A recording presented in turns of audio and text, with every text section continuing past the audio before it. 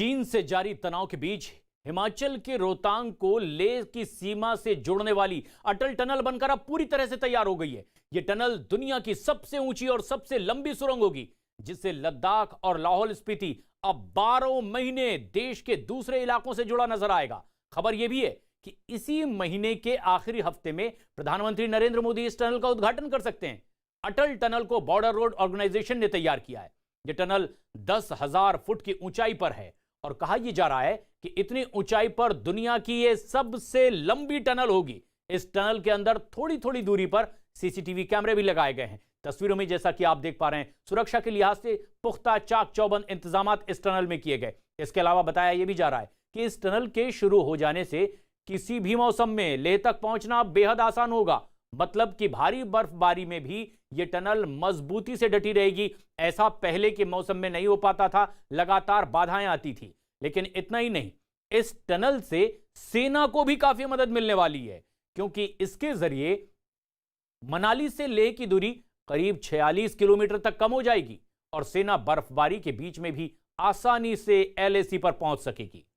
और इसके अलावा इस टनल के लिए सीमा पर किसी भी तरह का सामान लाना ले जाना आसान हो जाएगा। और करीब 10 साल में यह टनल बनकर के तैयार हुई है, जिसकी लंबाई करीब 8.8 किलोमीटर की है।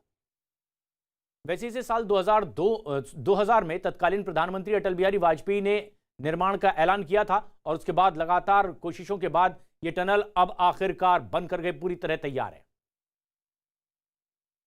ये काफ़ी महत्वपूर्ण टनल है, क्योंकि एक तो 10,000 फीट के एल्टीट्यूड पर है और रोहतांग पास के नीचे बनाई गई है। रोहतांग पास में हैवी स्नोफॉल होने के कारण और एवलांच एक्टिविटी होने के कारण ये रोड करीब 6 महीने जो है के लिए कट ऑफ हो जाती थी। और वहाँ उस क्षेत्र के लोग जो हैं 6 महीने तक पूरे देश से कट ऑफ हो जाते थे। अब ये जो है उनको 12 महीने की लाहौल स्पीति को कनेक्टिविटी मिलेगी, तो इस पॉइंट ऑफ व्यू से बहुत इंपॉर्टेंट है।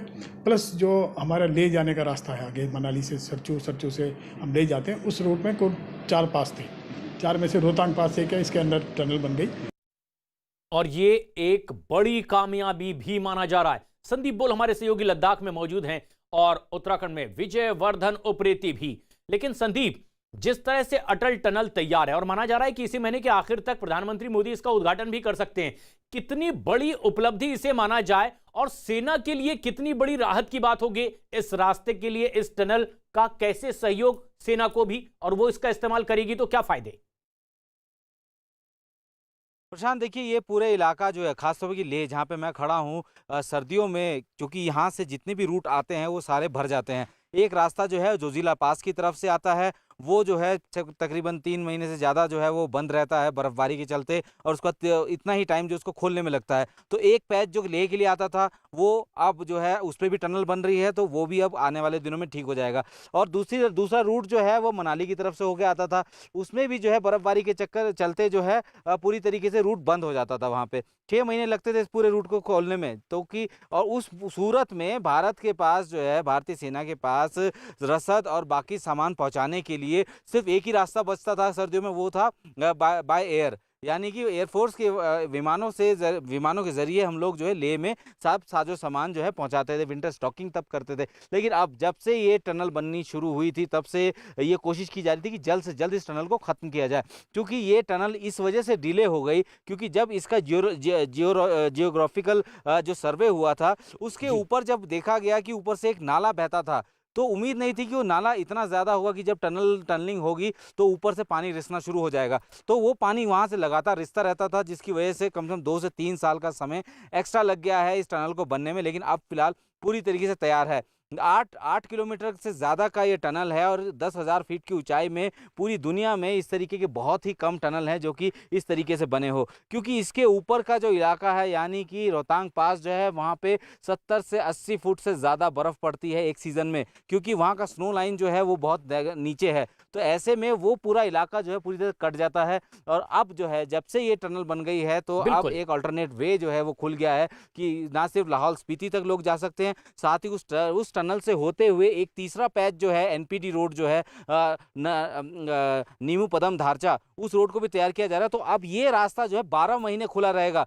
तो अब ये टनल तैयार हो गई बनके, जोजिला जो है वो उसमें काम चल रहा है और एक अल्टरनेट रोड जो हम लोगों को ऑलरेडी दे दी गई है 12 महीने के लिए। तो जी। ऐसे में लेह में जो भारतीय सेना की जो मजबूती है, जो उनकी जो फैसिलिटी जो उनको प्रोवाइड की जाती थी बाय एयर जिनको भेजा जाता था, लेकिन अब हर बिल्कुल। मौसम में भारतीय सेना जो है इस इलाके तक आसानी से पहुंच तो ये सकती है। पूरे भारतीय रसद सेना जो के है लिए भी जमीन के बेहद रास्ते, राहत सड़क के वाली रास्ते खबर भेज है सकते कि हैं। ये टनल बिल्कुल संदीप बनकर तैयार है और तकरीबन 46 किलोमीटर की दूरी भी इससे कम हो जाएगी। 12 महीने, यानी कि मौसम चाहे कोई भी हो, कोई भी मौसम अब इस रास्ते में बाधा नहीं बनेगी। लेकिन क्या सिर्फ ऐसा लद्दाख में हो रहा है? क्योंकि अब उत्तराखंड में भी कुछ इसी तरह के कदम सेना के आगे बढ़ते जा रहे हैं और दुश्वारियों को बाजू में किया जा रहा है, साइड किया जा रहा है और रास्ता आगे बढ़ाया जा रहा है। विजय हमारे सहयोगी लगातार यहां पर बने हुए हैं। विजय, जिस तरह से अटल टनल तैयार है, सेना के लिए भी एक बड़ी कामयाबी इसे माना जा रहा है। किस तरह की उत्तराखंड में तैयारी देखी जा रही ताकि सीमा तक पहुंच अब और आसान हो?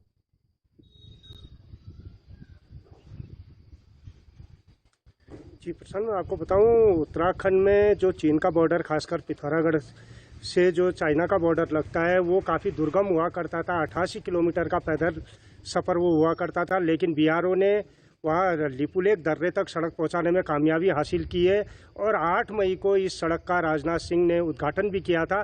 तो उसके बाद चीन की दहलीज तक जो भारत की पहुँच है बहुत आसान हुई है और यही वजह है कि उसके बाद उस जो इलाका लिपुलेख का, काला पानी का, गुंजी का जो इलाका है, वहाँ पर आसानी से भारतीय सैन्य बल आ जा रहे हैं।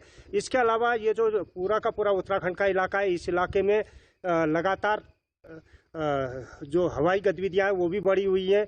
जो फाइटर जेट है लगातार चीन को ये चेता रहे हैं कि भारत किसी भी मायने में कमज़ोर नहीं है और चीन की किसी भी गुस्ताखी का वो मुंहतोड़ जवाब देने के लिए पूरी तरीके से तैयार है।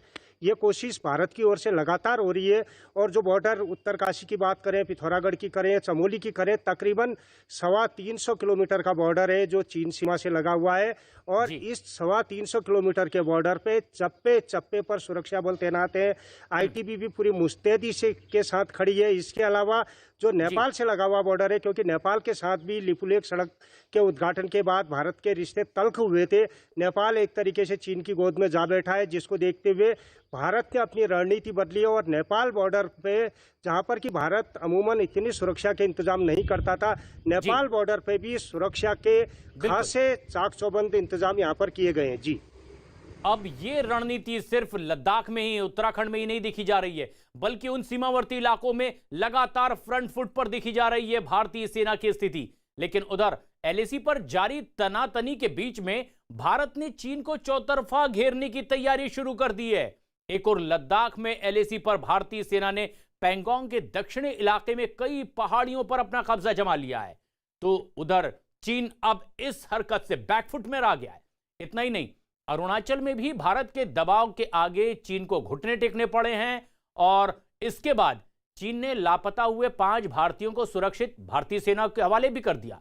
वहीं उत्तराखंड में भी वायुसेना ने अब चीन की हरकतों पर नजर रखने की तैयारी और तेज कर दी है, जिसके लिए चीन से लगी सीमाओं पर एयर डिफेंस रडार और लड़ाकू विमानों के उतरने के लिए एयरपोर्ट बनाने के काम तेजी से आगे बढ़ाया जाएगा। एलएसी पर चीन के साथ चल रहे इस गतिरोध के बीच में अब भारतीय वायुसेना चीन से लगी हुई सीमाओं पर अपनी स्थिति को और ज्यादा मजबूत करने जा रही है और इसके लिए सेंट्रल एयर कमांड के प्रमुख एयर मार्शल राजेश कुमार ने उत्तराखंड के मुख्यमंत्री त्रिवेंद्र सिंह रावत से बाकायदा मुलाकात भी की है। वायुसेना के अधिकारियों ने राज्य के उन तमाम पहाड़ी इलाकों में एयर डिफेंस रडार और लड़ाकू विमानों के उतारने के लिए जमीन की मांग की है। इस पर मुख्यमंत्री से बातचीत की है। उत्तराखंड की सीमा चीन से भी और नेपाल से भी लगती है और इसके साथ साथ नेलांग, लौथल, माना, बड़ा होती, जोहार घाटी और व्यास घाटी, ये वो इलाके हैं जहां चीन अपनी नजर गड़ाए बैठे हुए हैं। लेकिन ऐसे में यहां जमीन मिलने से उत्तराखंड के चमोली, पिथौरागढ़ और उत्तरकाशी में एयर डिफेंस रडार और एडवांस लैंडिंग ग्राउंड जैसी सुविधाएं भी अब लगाई जा सकेगी और वायुसेना को इससे काफी मदद भविष्य में मिलने वाली है। एयर मार्शल ने पंतनगर, जौलीग्रांट और पिथौरागढ़ हवाई अड्डों का विस्तार करने की भी बात कही है और चौखुटिया में एक हवाई अड्डे के लिए जमीन देने का भी आग्रह मुख्यमंत्री त्रिवेंद्र सिंह रावत से किया है। तो इस पर त्रिवेंद्र सिंह रावत ने साफ कह दिया है कि उनकी निगाह में देश की सुरक्षा सर्वोपरि है और इसके लिए जो भी भरसक करना पड़ेगा वो उत्तराखंड की ओर से किया जाएगा। लड़ाई के लिए, आत्मरक्षा के लिए, देश की सुरक्षा के लिए और शांति व्यवस्था के लिए हमको आयुध से परिपूर्ण होना ही पड़ेगा। और इसलिए मैं तो निश्चित रूप से मैं इसके लिए प्रयास करूंगा कि हमारी जो सड़कें हैं, हमारी सेना के हिसाब से उनका डेवलपमेंट होना चाहिए। हमारी सैन्य शक्ति को हमको फ्रंट में रखना चाहिए, उनको ध्यान में रखते हुए अपनी सड़कों का निर्माण करना चाहिए। उत्तराखंड के मुख्यमंत्री ये साफ कहते हुए कि जो भी निर्माण कार्य हो वो इस मुताबिक हो कि सेना को भी इससे सहयोग मिल सके। विजय वर्धन उप्रेती हमारे सहयोगी उत्तराखंड में ही मौजूद हैं। विजय, किस तरह के आसार इसे माने जाए? क्या अब सेना बिल्कुल कोई कोर कसर बाकी नहीं रखना चाहती? जहां जहां जो जो जरूरत है वो उपलब्ध हो और वो निर्माण कार्य किए जाएं। किस तरह का बदलाव देखा जा सकता है भविष्य में उत्तराखंड में सीमाओं पर?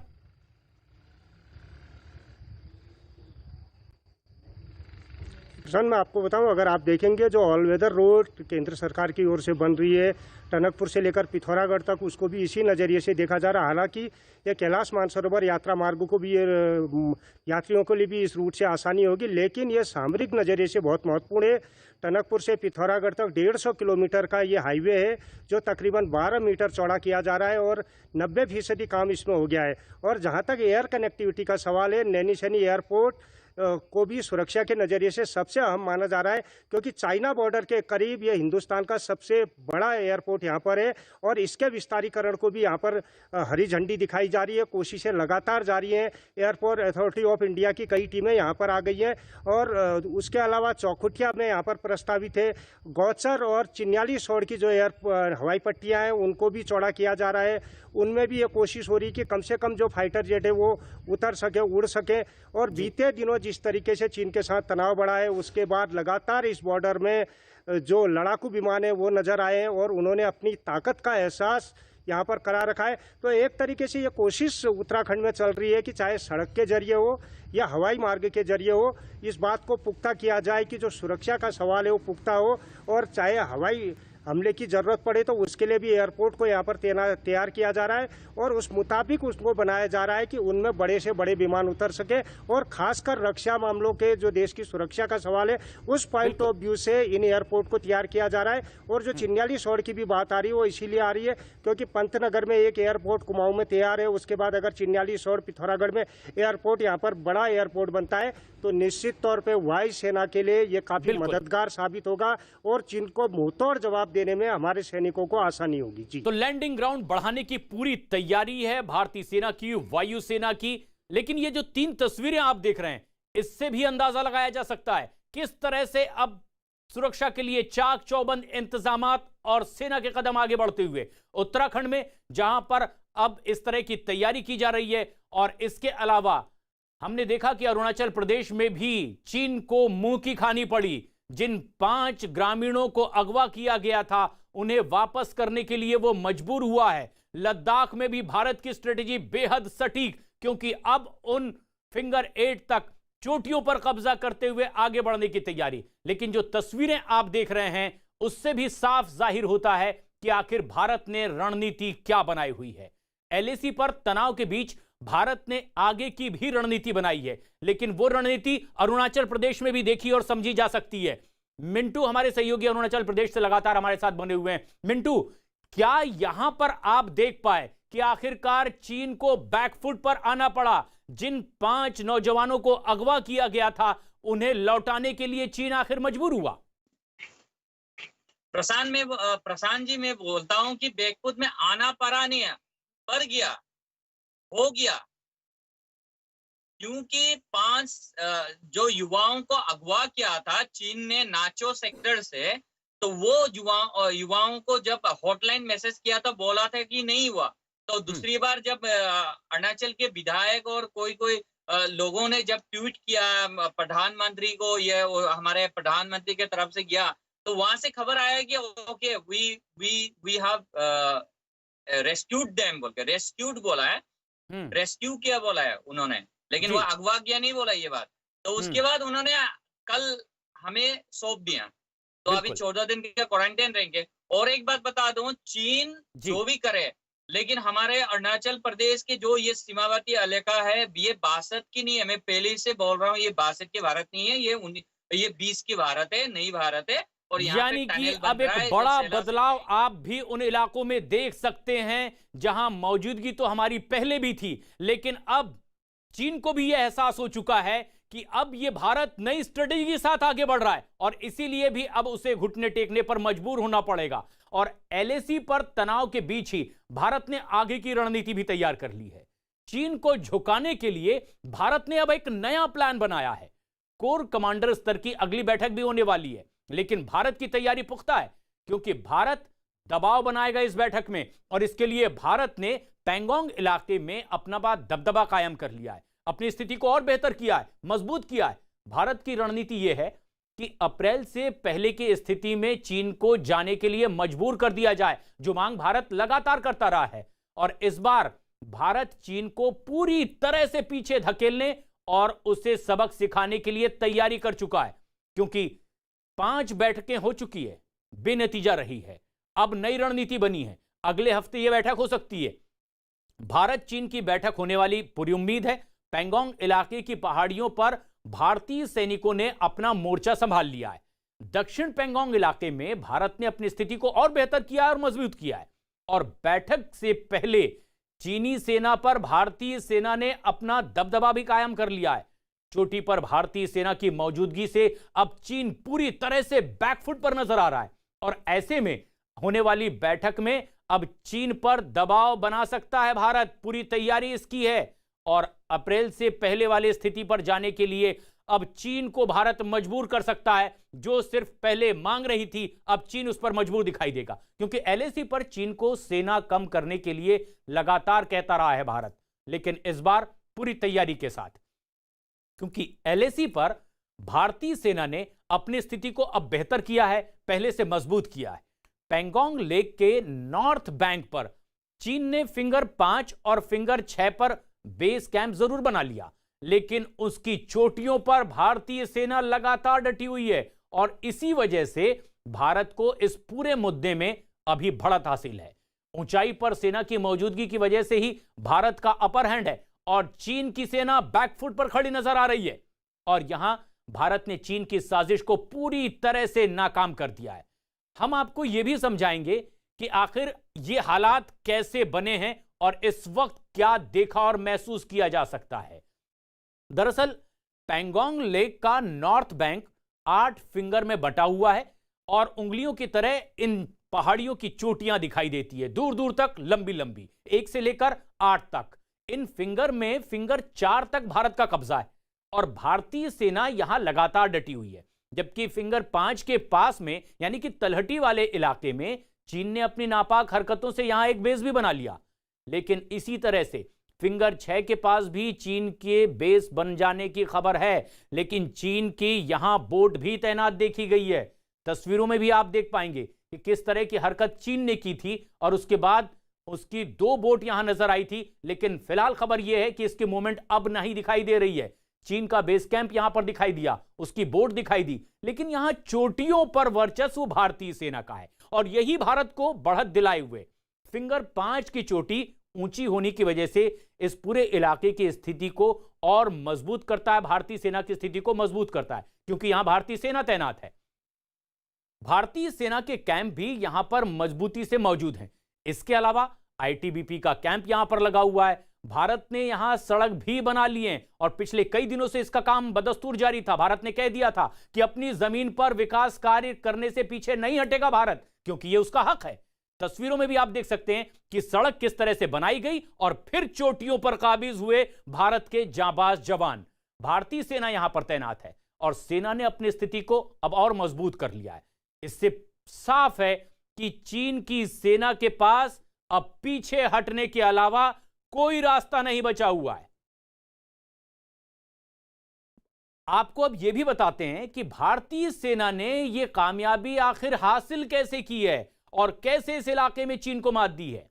पैंगोंग लेक के नॉर्थ बैंक पर फिंगर 5 के नीचे चीन है, जबकि चोटी पर भारत की सेना काबिज है। उसी तरह से फिंगर 6 पर नीचे तो चीन की मौजूदगी है, लेकिन चोटी पर भारत के जवान मौजूद हैं और ऐसे में नीचे मौजूद चीन के कैंप भारतीय सेना के और जवानों के निशाने पर है। फिंगर 4 की चोटी पर भी भारतीय सेना मौजूद है, साथ ही साथ फिंगर 3 की चोटी पर भी भारतीय सेना के जवान मौजूद हैं।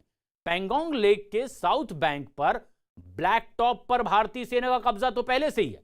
चोटी से ही अब चीन के कैंप पर भारत की पैनी नजर बनी हुई है और भारतीय सेना के आगे चीन पूरी तरह से अब बेबस दिखाई दे रहा है। यह है भारत की नई तैयारी और भारतीय सेना की मजबूती।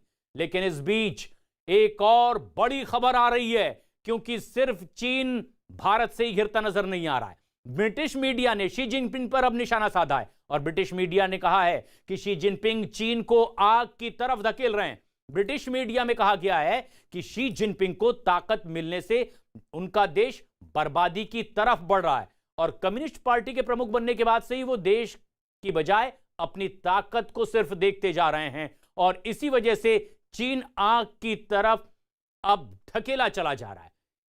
लेकिन इसी बीच एक और बड़ी खबर यह भी कि चीन के राष्ट्रपति शी जिनपिंग का ताज अब खतरे में नजर आने लगा है। कोरोना वायरस पूरी दुनिया के लिए मुसीबत बना हुआ है, लेकिन अब इसी कोरोना वायरस की वजह से चीन के सर्वोच्च नेता यानी राष्ट्रपति शी जिनपिंग की कुर्सी भी खतरे में पड़ चुकी है और इसी की वजह से अब बनने वाली वर्ल्ड हेल्थ असेंबली की नवंबर 2020 में आने वाली एक जांच रिपोर्ट भी है। दरअसल इस जांच रिपोर्ट में पूरी दुनिया में कोरोना वायरस फैलने की हकीकत कैद है और जानकारों का मानना है कि इस रिपोर्ट के आते ही शी जिनपिंग का वो ताज छिन सकता है जिसका वो लगातार दम भरते रहते हैं।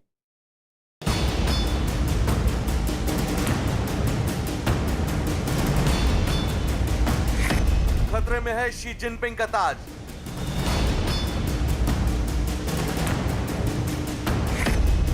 शी जिनपिंग के खिलाफ विद्रोह की तैयारी।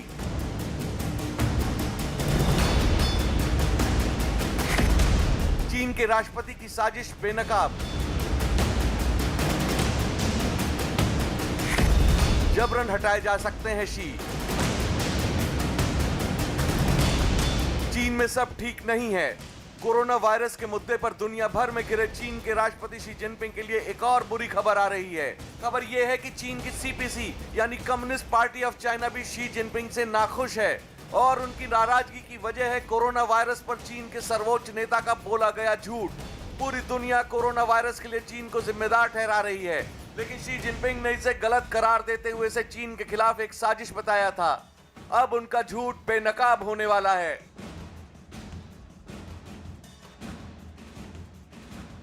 दरअसल दुनिया में कोरोना वायरस के फैलने की जांच कराने के लिए वर्ल्ड हेल्थ असेंबली के 137 सदस्य देशों ने इसके पक्ष में वोट डाला था। अब यह जांच पूरी हो चुकी है और नवंबर 2020 में इसकी रिपोर्ट पेश की जाने वाली है।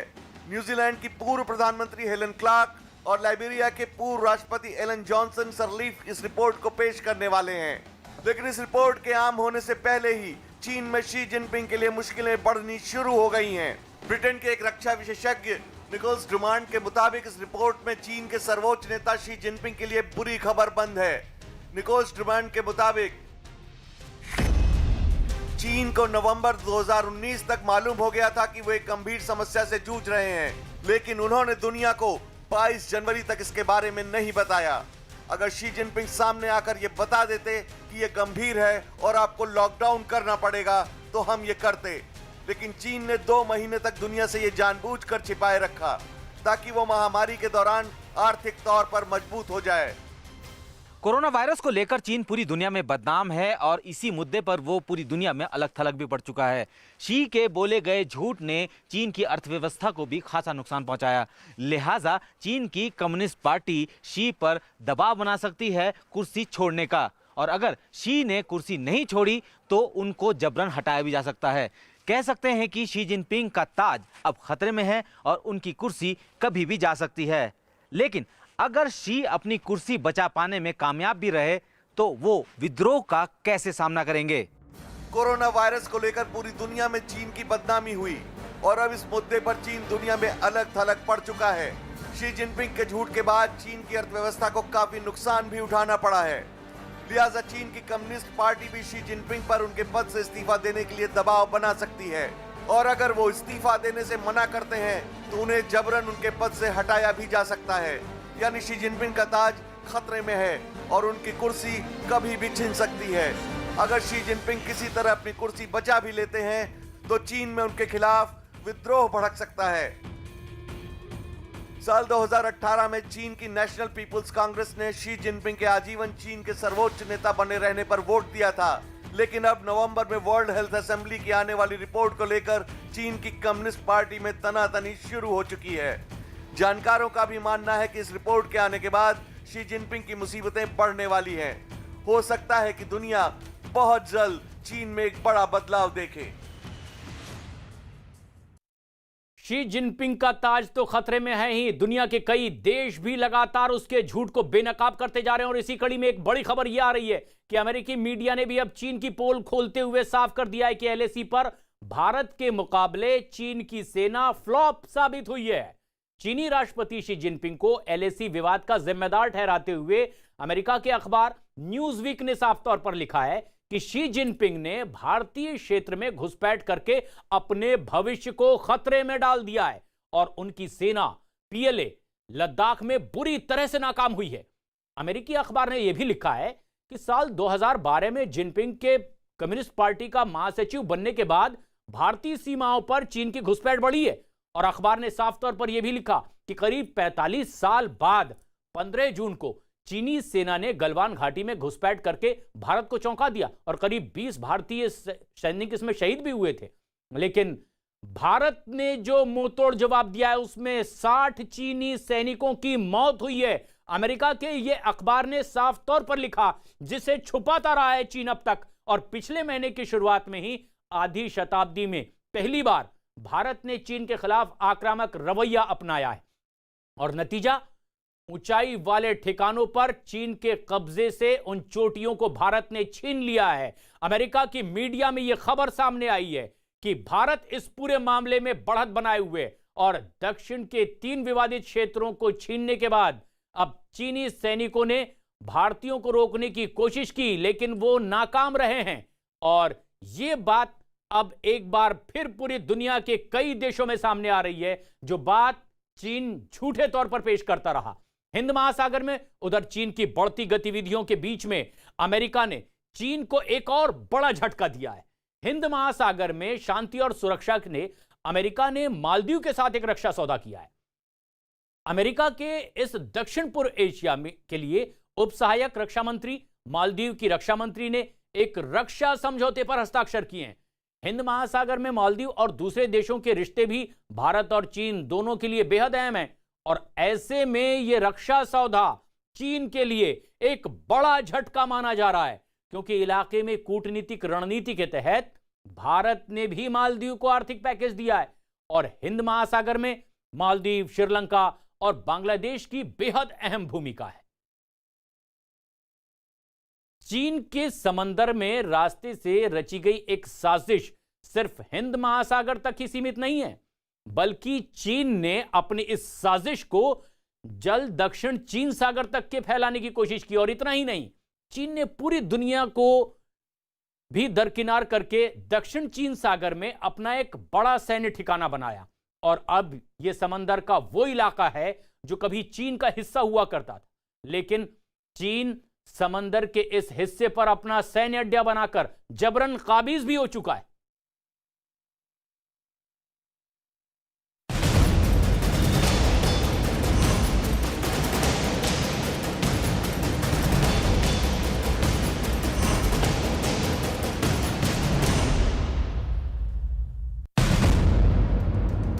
साउथ चाइना सी चीन की सीमा से लगता वो समंदर है जिसके एक बड़े हिस्से पर चीन पिछले लंबे वक्त से अपना दावा करता आया है।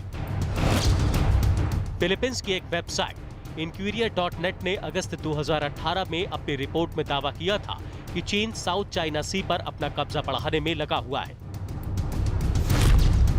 इतना ही नहीं, चीन साउथ चाइना सी के 7 द्वीपों को अपने एक मिलिट्री आइलैंड की शक्ल में तब्दील कर चुका है और चीन ने पिछले 6 महीनों में साउथ चाइना सी में कैसे कब्जा जमाया है उसका हकीकत देखकर आपके भी होश उड़ जाएंगे।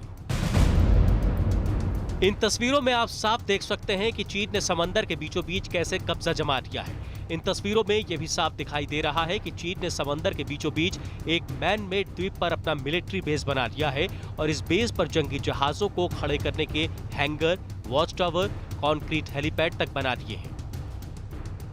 BRI जिसको बेल्ट एंड रोड इनिशिएटिव या ओबोर कहते हैं, ये सी जिनपिंग का एक ये है कि देखिए इन जगहों में बहुत ज़्यादा संपदा है, उसके अंदर बहुत बड़ा तेल का भंडार है, बहुत खनिज हैं, जिसके ऊपर वो आधिपत्य जमाना चाहता है। वो कहता है ये उसकी सी है और वो हिस्टोरिकल इसका रेफरेंस देता है, जबकि पूरे विश्व के अंदर में ये चीज़ मानी हुई है।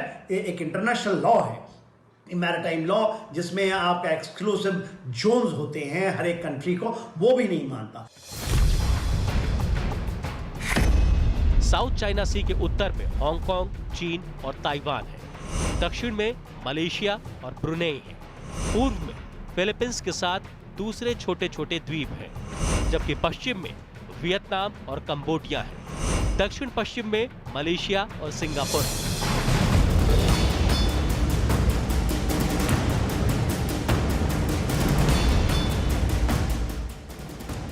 चीन का दावा है कि साउथ चाइना सी पर उसी का हक है। वहीं मलेशिया, ब्रुनेई, फिलीपींस और वियतनाम जैसे आसियान मुल्क भी इस समंदर के अलग अलग हिस्सों पर अपना दावा जता चुके हैं। दरअसल साउथ चाइना सी में जिन द्वीपों पर विवाद है वो एक तो नहीं बल्कि गिनती में 7 है। लेकिन फिलहाल बवाल तीनों द्वीपों को लेकर है, स्पार्टलरी, पारासेल और वुडी। करीब 3200 एकड़ में फैले स्पार्टली द्वीप पर चीन ने कब्जा करके उस पर अपना मिलिट्री बेस खड़ा कर लिया है। साउथ चाइना सी पर विवाद की एक बड़ी वजह इस क्षेत्र का आर्थिक महत्व भी है। दुनिया के 1/3 व्यापारिक जहाज इस समुद्री इलाके से गुजरते हैं। भारत का 50 से 55% समुद्री व्यापार इसी रास्ते से ही होता है। इस रास्ते के जरिए सालाना 7 ट्रिलियन का व्यापार होता है। दुनिया में समंदर के जरिए होने वाला शिपिंग ट्रेंड का 30% इसी रास्ते से होता है। इसके अलावा ये माना जाता है कि साउथ चाइना सी में तेल और गैस का अकूत भंडार है। सारी दुनिया लामबंद हो गई है। आपने देखे अमेरिका ने अपने 4 जो बैटल कैरियर ग्रुप्स हैं उसके 7th फ्लीट को ले आया है। अमेरिका यूके की जो समुद्री बेड़ा है जिसको एलिजाबेथ कहते हैं वो है। भारत, जापान, जितने भी एशियन कंट्री हैं सब ने हाथ जोड़ लिया है। ऑस्ट्रेलिया है और भी नाटो वाले जितने के देश हैं वो इसको कभी भी किसी भी हालत में नहीं करने देंगे, चाहे इसके लिए बड़े युद्ध की जरूरत पड़े। साउथ चाइना सी में इस वक्त दुनिया भर के सैटेलाइट्स की निगाहें सबसे ज्यादा फायरी क्रॉस आइलैंड पर लगी हुई हैं। सिर्फ 1 स्क्वायर मील से भी छोटे इस द्वीप पर चीन का मिलिट्री बेस बन चुका है। यहाँ हवाई पट्टी है, एडवांस रडार स्टेशन है, एक मिसाइल डिफेंस सिस्टम है और करीब 2000 चीनी सैनिकों की एक टुकड़ी भी यहाँ पर तैनात है।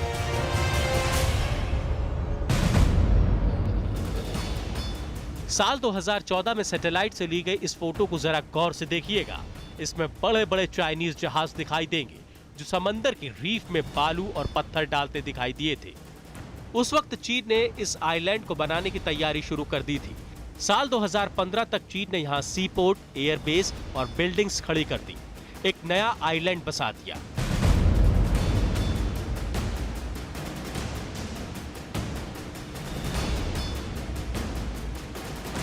और तब जाकर दुनिया को इस बात का पता चला कि चीन ने समंदर के बीच की साजिश की बुनियाद रख दी थी। अमेरिका ने चीन से कई बार समंदर में उसकी इस साजिश को रोकने के लिए कहा, लेकिन चीन ने उसकी बात को अनसुना कर दिया था। और आज की तारीख में आलम यह है कि चीन साउथ चाइना सी में समंदर में रची अपनी साजिश के जाल में पूरी दुनिया को उलझा चुका है।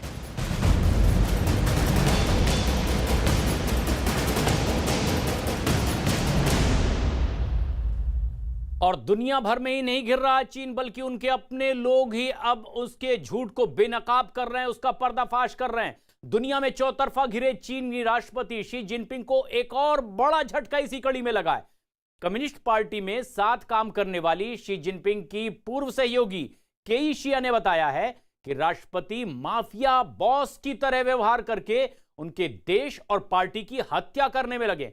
केई शिया ने हाल ही में कम्युनिस्ट पार्टी से भी उन्हें निकाल दिया गया था और इसके बाद उन्होंने राष्ट्रपति शी जिनपिंग की कारगुजारियों का पर्दाफाश किया और उन्होंने उम्मीद जताई है कि जल्द ही लोकतंत्र आएगा चीन में, क्योंकि अब यहां हालात खराब होते जा रहे हैं। और ऐसे में जबकि LAC पर भारत और चीन के बीच तनाव पर इस वक्त एक और बड़ी खबर आ रही है। ग्राउंड जीरो से लगातार मिल रहे सबूतों और चीन के सरकारी अखबार ग्लोबल टाइम्स की रिपोर्ट में इस बात का खुलासा भी किया गया है कि चीन आने वाली सर्दियों में भारत के खिलाफ एक बहुत बड़ी साजिश को अंजाम देने की तैयारी में जुटा हुआ है। और चीन के अखबार में भारत को धमकी भरे लहजे में कहा गया है कि अगर भारत LAC पर पीछे नहीं हटा तो चीन के सैनिक पूरी सर्दियों तक वहीं डटे रहेंगे। लेकिन अब ये चीन की चालबाजी पर सबसे बड़ी खबर।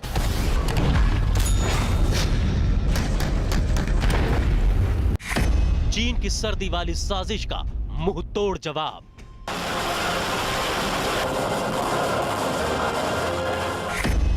शी की सेना का प्लान अक्टूबर ध्वस्त।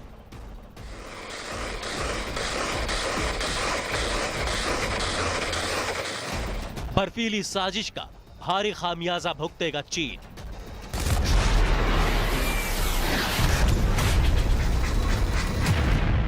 LAC पर भारत और चीन के बीच चल रहे तनाव पर बहुत बड़ी खबर आ रही है। चीन के सरकारी अखबार ग्लोबल टाइम्स में एक बार फिर भारत को धमकी दी गई है। ग्लोबल टाइम्स ने लिखा कि अगर भारतीय सेना पैंगोंग दक्षिणी हिस्से से नहीं हटती तो पीपुल्स लिबरेशन आर्मी यानी PLA पूरे ठंड के मौसम में वहीं जमी रहेगी। अगर दोनों देशों के बीच युद्ध हुआ तो भारतीय सेना जल्दी ही हथियार डाल देगी। ये साइकोलॉजिकल वॉरफेयर चीन इस्तेमाल कर रहा है। ये दबाव की रणनीति खेल रहा है। ये हिंदुस्तान के पॉलिटिकल लीडरशिप पे दबाव डालने की कोशिश कर रहा है। हमको कोई फ़र्क नहीं पड़ता है, चीन तुम जाड़े में बैठे रहो वहाँ पे, हमें कोई फ़र्क नहीं पड़ता है। हम यदि हमारे ट्रुप्स सियाचिन में -40 -50 पे सरवाइव कर सकते हैं और सियाचिन में रह सकते हैं तो -20 और -30 में रहना कोई मुश्किल काम नहीं है। यही नहीं, खुफिया सूत्रों के हवाले से बड़ी खबर यह भी आ रही है कि LAC पर भारत के हाथों लगातार पिटने के बावजूद चीन अपनी साजिशों से बाज नहीं आ रहा। न्यूज़ 18 के पास चीन की साजिश की एक्सक्लूसिव तस्वीरें हैं। ये तस्वीरें पीपुल्स लिबरेशन आर्मी के उस अभ्यास की तस्वीरें हैं जिसमें चीन की सेना सर्द हालात में भारत से मुकाबला करने की तैयारी कर रहा है।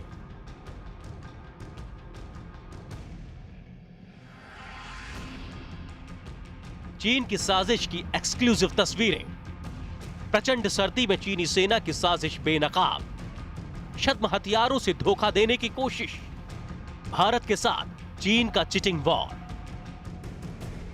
न्यूज़ 18 के हाथ लगा चीनी सेना का ये वीडियो उस धोखे की बानगी है जिसे चीन अक्सर अंजाम देता रहा है। लेकिन इस बार भारत के सामने चीन की हर एक साजिश एक के बाद एक बेनकाब हो रही है। चीनी सेना पीपुल्स लिबरेशन आर्मी का ये वीडियो उस तैयारी की ओर इशारा कर रहा है जिसमें भारत को धोखे में रखकर चीन की सेना अपने मंसूबों को अंजाम देना चाहती है।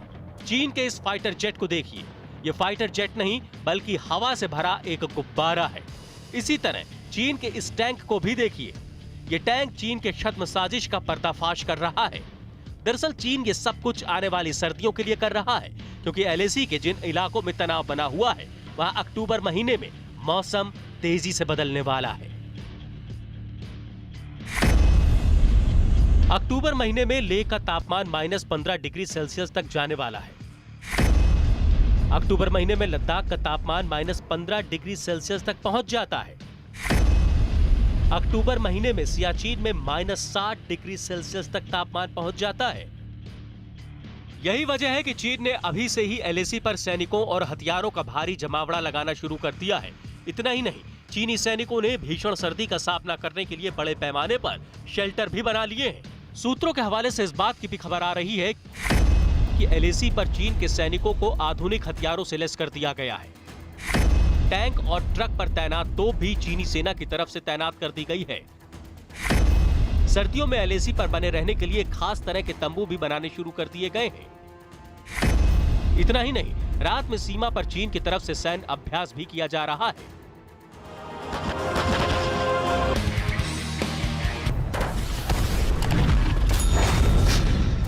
लेकिन चीन के खिलाफ भारत की तैयारियां भी ऐसी हैं जो चीन को उसी की भाषा में जवाब दे सकती हैं। न्यूज़ 18 की टीम पूर्वी लद्दाख में LAC के उस इलाके में पहुंची जहां 3 महीने से चीन के साथ तनाव बना हुआ है। गलवान, देपसोंग और पैंगोंग में 3 महीने से लगातार हालात वैसे ही बने हुए हैं। जहां चोटियों पर बर्फ जमी है, वहां चीन से तनाव की गर्मी महसूस हो रही है। भारतीय जवानों की इस दौरान चीन के सैनिकों से झड़प भी हुई, लेकिन 15,000 फीट की ऊंचाई पर इस तरह की जंग आसान नहीं है। कड़ाके की सर्दी में जवान देश की सीमा की सुरक्षा में पूरी तरह मुस्तैद है। सर्दी से बचाव के लिए जवानों के पास वहां खास टेंट है, जिनमें 8 से 10 जवान रहते हैं और सर्दी से बचने के लिए अलाव का भी सहारा लिया जाता है। इसके साथ ही जवानों को खास तरह के जैकेट, जूते और कपड़े दिए जाते हैं जो बर्फ में काफी मददगार साबित होते हैं। भारत की फौज कड़ाके की ठंड में भी सीमा के पास की चौकियों पर निगरानी में कोई चूक नहीं बरतना चाहती। चीन को बैकफुट पर धकेल चुके भारतीय फौजी अब कुदरत से भी लोहा लेने के लिए पूरी तरह तैयार हैं।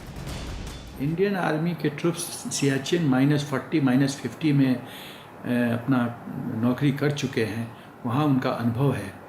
तो पूरा इक्विपमेंट तो हिंदुस्तान के फ़ौज का थल सेना का टेस्टेड है कि सब जीरो टेम्परेचर में कैसे सरवाइव करना है, कैसे इक्विपमेंट इस्तेमाल करना है, क्या क्या समस्याएं होती है, उसका समाधान क्या है, कौन इक्विपमेंट इफेक्टिव है, कौन इफेक्टिव नहीं है, किसकी मेल फंक्शनिंग हो जाती है सब जीरो टेम्परेचर के वजह। ये सब ज्ञान हिंदुस्तान के थल सेना को ट्रुप्स को है, क्योंकि सियाचिन में तो हम बहुत दिन से बैठे हुए हैं। क्या यही अनुभव चीन के पास है? नहीं। चीन भले ही बातचीत की आड़ लेकर भारत के साथ लगातार विश्वासघात करना चाहता हो, लेकिन इस बार भारत चीन को उसी की भाषा में जवाब देने की तैयारी पूरी कर चुका है। क्योंकि जो चीन LAC पर लगातार भारत को उकसाने का काम कर रहा है, वही चीन अब सर्दियों में भारत से एक बार फिर मुंह की खाने को तैयार बैठा है।